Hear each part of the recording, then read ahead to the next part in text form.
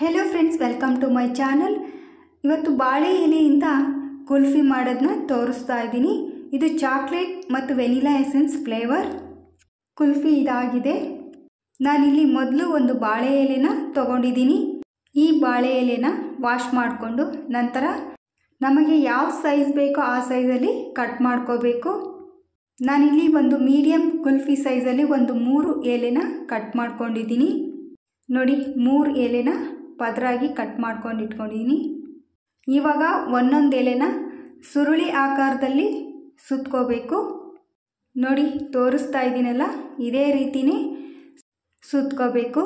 ಸುರುಳಿ ಥರ ಕೆಳಗಡೆ ಕೂಡ ಗ್ಯಾಪ್ ಕೂಡ ಇರಬಾರ್ದು, ಆ ರೀತಿ ಸುತ್ಕೊಂಡು ನಂತರ ಗಮ್ ಟೇಪ್ ಅಥವಾ ಟ್ರಾನ್ಸ್ಪರೆಂಟ್ ಟೇಪ್ನ ಈ ರೀತಿ ಹಾಕೋಬೇಕು. ಕೆಳಗಡೆ ಹೋಲ್ ಕೂಡ ಕ್ಲೋಸ್ ಮಾಡ್ಕೋಬೇಕು. ನಂತರ ಮೇಲೆ ಕರೆಕ್ಟ್ ಸೈಜಲ್ಲಿ ಕಟ್ ಮಾಡ್ಕೋಬೇಕು.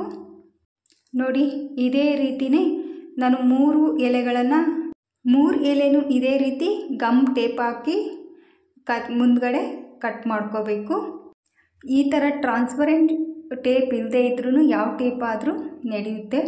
ನಾನಿಲ್ಲಿ 3 ಎಲೆನ ಈ ರೀತಿ ಸುರುಳಿ ಸುತ್ತಕೊಂಡು ರೆಡಿ ಮಾಡ್ಕೊಂಡಿದ್ದೀನಿ.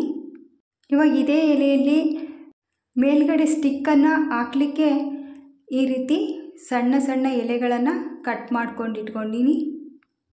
ಇದಕ್ಕೆ ಸಣ್ಣದಾಗಿ ಹೋಲ್ ಕೂಡ ಮಾಡಿಕೊಂಡು ನೋಡಿ, ಇದೇ ರೀತಿ 3 ಎಲೆನ ತೊಗೊಂಡು ರೆಡಿ ಮಾಡ್ಕೊಂಡಿದ್ದೀನಿ. ಇದು ಹೇಗೆ ಹಾಕೋದು ಅಂತ ನಂತರ ತೋರಿಸ್ತೀನಿ. ಯಾವುದೇ ಮೋಲ್ಡ್ ಇಲ್ಲದೆ ಮನೆಯಲ್ಲೇ ಆರಾಮಾಗಿ ಈ ರೀತಿ ಮಾಡ್ಕೋಬೋದು. ನಂತರ ನಾವಿಲ್ಲಿ ಒಂದು ಪಾತ್ರೆಗೆ 1 ಲೋಟ ಹಾಲು ತೊಗೊಂಡಿದ್ದೀನಿ. ಇದರಲ್ಲಿ ಒಂದು 2-3 ಟೇಬಲ್ ಸ್ಪೂನ್ನ ಎತ್ತಿಟ್ಕೊಂಡಿದ್ದೀನಿ. ಈ ಹಾಲಿಗೆ ಒಂದು 3 ಟೀ ಸ್ಪೂನ್ ಸಕ್ಕರೆ ಹಾಕಿ ನಂತರ 1ರಿಂದ 1.5 ಸ್ಪೂನ್ ಮಿಲ್ಕ್ ಪೌಡರ್ನ ಹಾಕಿ ಈ ರೀತಿ ಚೆನ್ನಾಗಿ ಮಿಕ್ಸ್ ಮಾಡ್ಕೋಬೇಕು. ಅಷ್ಟರಲ್ಲಿ 1 ಸ್ಪೂನ್ ಕಾರ್ನ್ ಫ್ಲೋರ್ಗೆ ಹಾಲನ್ನು ಎತ್ತಿಟ್ಕೊಂಡಿದ್ನಲ್ಲ, 2 ಟೇಬಲ್ ಸ್ಪೂನ್ ಹಾಲನ್ನ ಈ ರೀತಿ ಚೆನ್ನಾಗಿ ಕಲಿಸ್ಕೋಬೇಕು. ಗಂಟಿಲ್ಲದೆ ಕಲಿಸ್ಕೊಂಡು ಸೈಡಿಗೆ ಎತ್ತಿಟ್ಕೋಬೇಕು.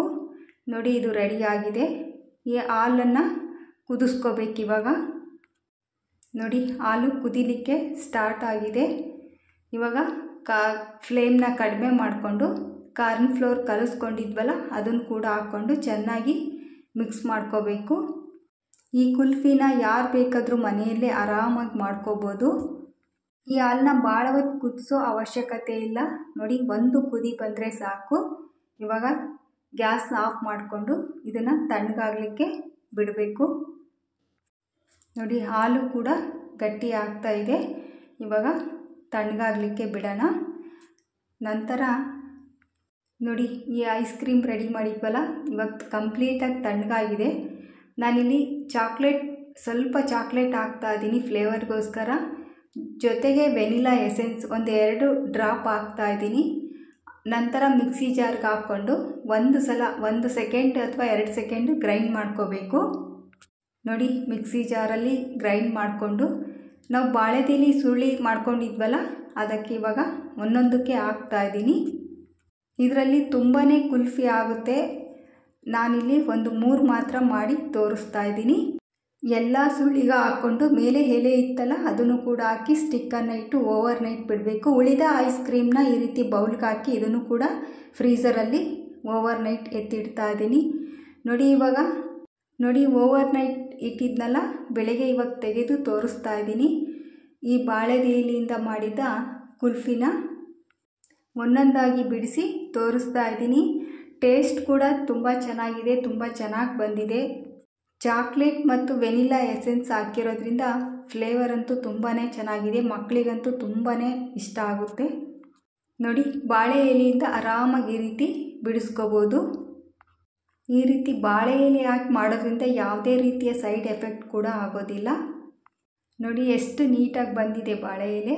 ಕುಲ್ಫಿನೂ ಕೂಡ ತುಂಬ ಚೆನ್ನಾಗಿ ಬಂದಿದೆ. ಎಲ್ಲ ಕುಲ್ಫಿನೂ ರೆಡಿಯಾಗಿದೆ. ನೀವು ಕೂಡ ಟ್ರೈ ಮಾಡಿ. ವಿಡಿಯೋ ಇಷ್ಟ ಆದರೆ ಲೈಕ್ ಮಾಡಿ. Thank you.